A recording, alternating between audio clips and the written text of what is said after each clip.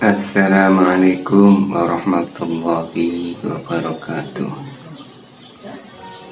Alhamdulillah wassalian Rasulillah sallallahu alaihi wasallam.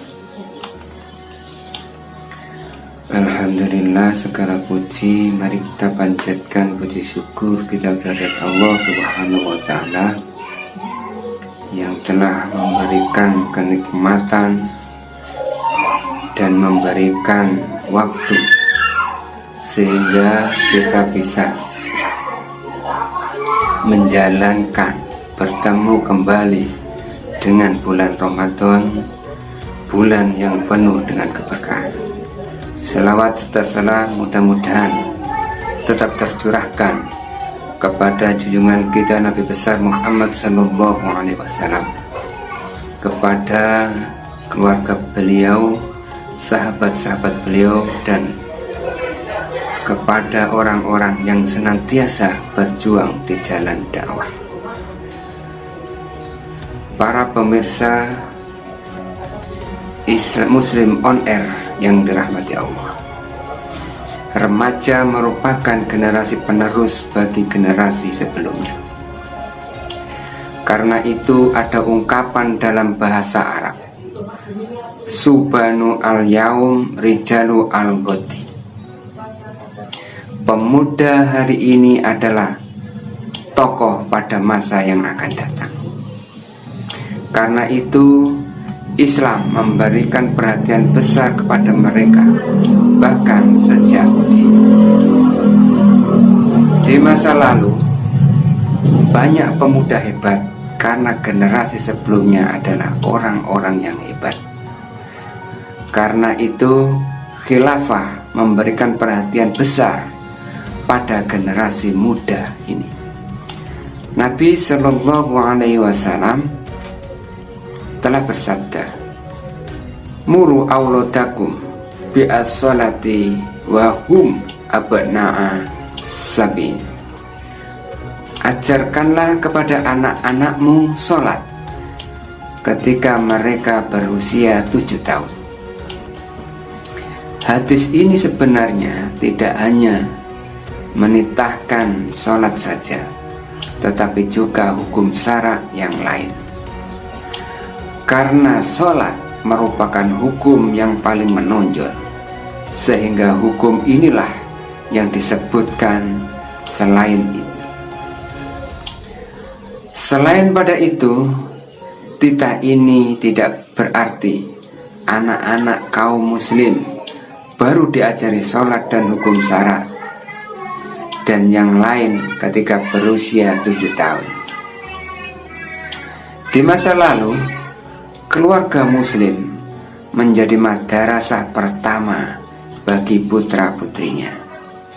Sejak sebelum lahir dan saat balita, orang tuanya telah membiasakan putra-putrinya yang masih kecil untuk diperdengarkan Al-Quran. Ada ungkapan yang sangat menarik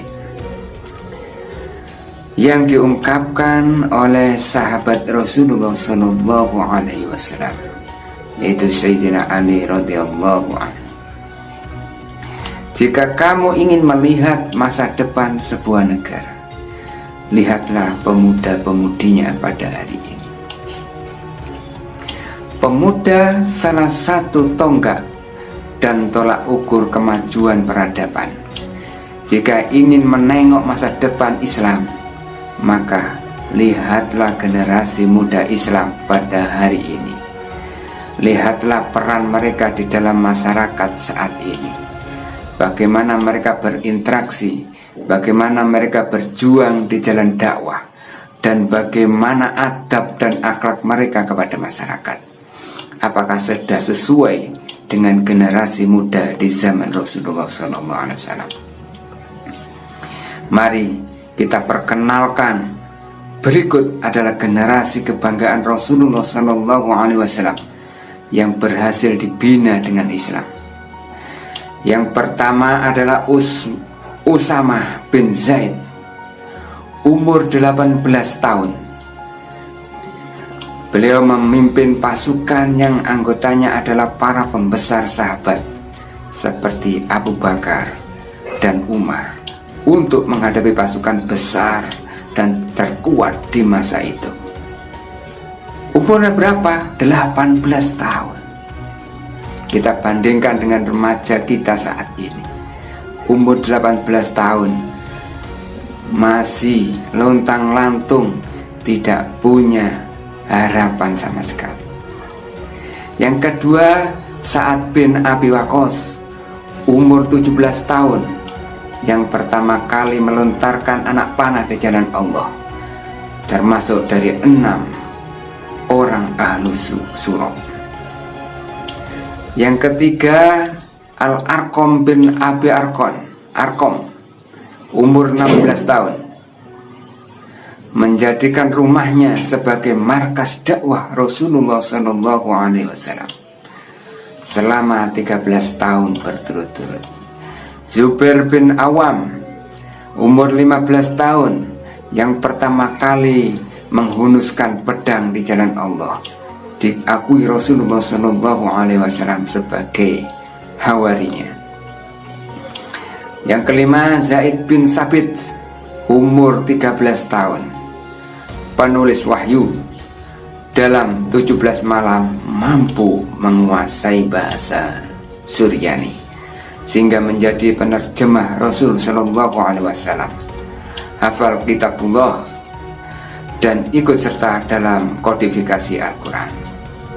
Yang keenam, Attab bin Usaid, umur 18 tahun, diangkat oleh Rasulullah Sallallahu Alaihi Wasallam sebagai gubernur Mekah.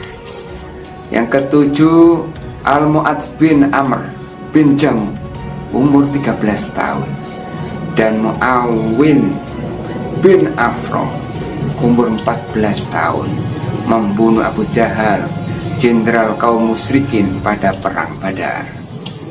Yang kedelapan ada Turha bin Ubaidillah, umur 16 tahun, orang Arab yang paling mulia, berbaiat untuk mati demi Rasulullah Sallallahu Alaihi Wasallam pada perang Uhud dan menjadikan dirinya sebagai tameng bagi Nabi Sallallahu Alaihi Wasallam. Yang kesembilan, Muhammad Al-Fatih, umur 22 tahun, yang sangat terkenal.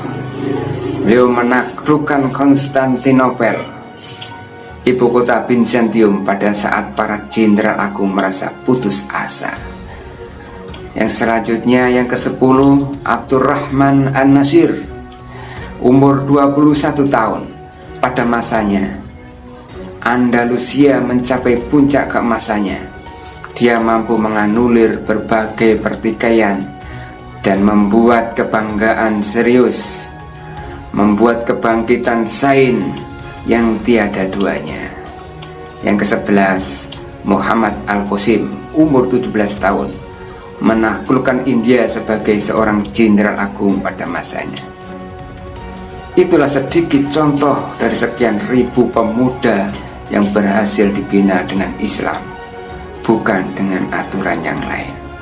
Mari kita bandingkan dengan pemuda-pemuda saat ini yang banyak difasilitasi dengan teknologi yang modern, sekolah-sekolah yang tinggi, namun tidak mampu menciptakan generasi yang sehebat seperti para sahabat.